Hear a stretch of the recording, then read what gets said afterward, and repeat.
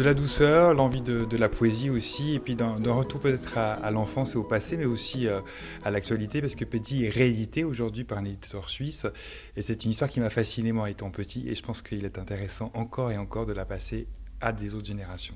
C'est toujours difficile, quand on a une idée, on n'est pas sûr qu'elle soit la bonne, mais plus j'ai parlé de cette exposition, plus j'ai senti qu'elle était vraiment aussi d'une certaine manière attendue. Et puis je trouve intéressant finalement de mettre en avant ce personnage qui a des histoires qui sont sans morale, sans méchant.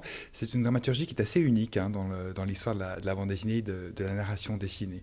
C'est toujours intéressant de pouvoir ouvrir les regards et puis surtout développer un petit peu l'esprit du personnage. Effectivement, on a demandé à 25 dessinateurs et illustrateurs suisses romans et suisses alémaniques de raconter leur propre Pédi. Et c'est intéressant parce que tout d'un coup, on a une multifacette de Pédi. Les crêpes sont très présentes, mais aussi d'autres choses comme les tatouages qui ressortent des aventures de Pédi. Et donc, qu'est-ce que vous espérez, on va dire, susciter auprès des gens, des familles qui vont venir voir cette exposition?